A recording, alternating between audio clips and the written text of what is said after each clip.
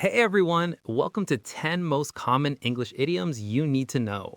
We're so excited to dive into some really fun and useful English today. Indeed. We've got a fantastic episode lined up to help you sound more natural and confident when speaking English. Get ready to expand your vocabulary. So, to kick things off, what exactly are idioms? Excellent question. An idiom is a phrase or an expression where the meaning isn't obvious from the individual words themselves.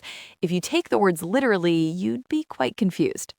Right, like if I told you to spill the beans, you wouldn't actually start tipping over a can of beans, would you?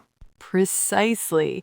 And for intermediate learners, understanding these is absolutely vital. They're everywhere in natural English conversation, films, and books. They help you sound more native and really grasp the nuances of the language. Totally. It makes such a difference in sounding fluent and less like a textbook. All right, let's dive into our first two idioms. The first one is bite the bullet. Have you heard this one before, speaker two? Indeed, I have. To bite the bullet means to face a difficult or unpleasant situation with courage and endurance, often because there's no other option. For example, I really don't want to work overtime, but I have to bite the bullet and finish this report by tomorrow. Exactly. It's like when you know something's going to be tough, but you just have to power through it. Like, my car broke down again, so I had to bite the bullet and pay for a new engine. Not fun. Precisely. Moving on to our second idiom, and this one's a bit more cheerful break a leg. This is a common phrase to wish someone good luck, especially before a performance or a challenging event. Yes, it's super popular in theater, but you can use it for anything. If your friend has a job interview, you might say, "Good luck with your interview today. Break a leg." Or if someone is about to take a difficult exam, you could simply tell them, break a leg. It's an encouraging sentiment, despite sounding a bit strange literally. Okay, next up, let's talk about hit the road. This one's super useful, especially when you're ready to leave somewhere. It simply means to depart or to go. Precisely. It's a rather informal way of saying it's time to leave. For example, if you've been at a friend's house all evening, you might say, well, it's getting late, I should probably hit the road. Exactly. Or if you're on a road trip, you might hear someone say, "Let's hit the road early tomorrow to avoid traffic." It just means let's start driving and get going. Our fourth idiom for today is spill the beans. This idiom means to accidentally or deliberately reveal a secret or confidential information. Oh, I love this one. It's like someone couldn't keep a secret anymore. You might say, "Come on, spill the beans. What did you get for your birthday?" It's a fun way to ask someone to share exciting news or a secret. Indeed. Or perhaps they were planning a surprise party for Sarah, but Mark accidentally spilled the beans. It implies the secret is out, usually unintentionally. Right, before we move on to our next set of idioms, I think it's crucial to offer a quick tip, and that's about context. Oh, absolutely. Context is king or queen when you're dealing with idioms. You really need to listen carefully to the whole conversation to grasp the nuance of what someone means. Precisely. An idiom's meaning isn't always obvious, as we've discussed, so pay attention to the situation and the surrounding words. It'll help you pick up on the true sense of the idiom much faster. All right, moving on to our fifth idiom. This one's super common, especially when you're talking about money, cost an arm and a leg. Indeed. If something costs an arm and a leg, it simply means it's extremely expensive.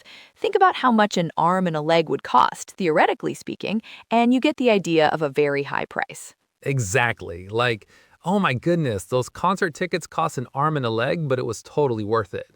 Or maybe that new designer handbag definitely cost her an arm and a leg. We use it all the time. A perfect example. Now, for our sixth idiom, we have get something off your chest. This phrase is used when you need to express something that has been bothering you, something you've kept secret or felt worried about. Yes, it's that feeling of relief you get after you finally tell someone what's been on your mind. You know, I really needed to get that off my chest. I've been so stressed about it. Or just tell me what's wrong. You need to get it off your chest. Precisely.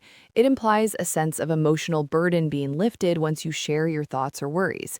It's a very empathetic idiom to use with a friend. All right, let's move on to our seventh idiom, which is super common under the weather. Have you ever heard that one? Indeed, it's a very polite way of saying you're not feeling quite right.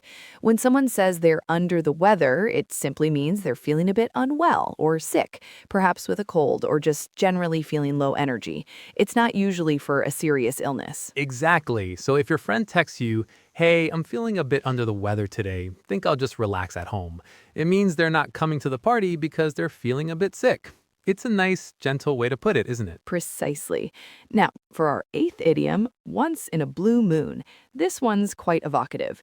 If something happens once in a blue moon, it means it happens very, very rarely. Oh, I love this one. Like, my brother actually cleans his room once in a blue moon, meaning it almost never happens. Or, I only eat chocolate cake once in a blue moon because it's so rich. It emphasizes that something is truly uncommon. All right, we are almost there. Just two more idioms to go for today. Our ninth idiom is a fantastic one for when you're wrapping things up.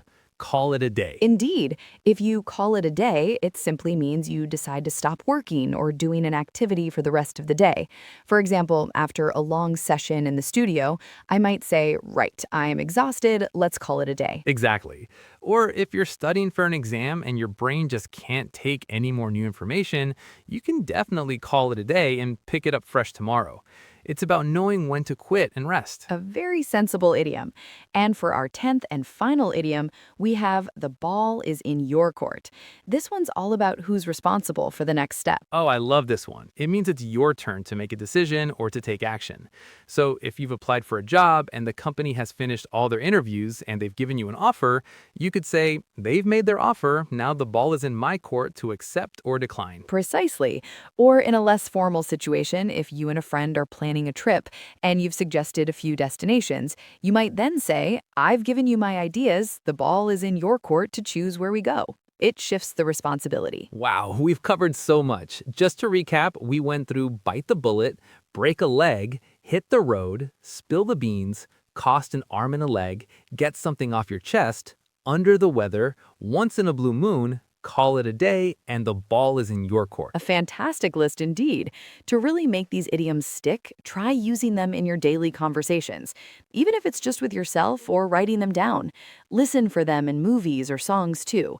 The more you encounter and use them, the more natural they'll become. Practice truly makes perfect here. Well, that's all for today's episode. Thank you so much for tuning in. Keep practicing these idioms. Indeed, and we look forward to sharing more helpful tips and vocabulary with you next time. Keep listening and improving.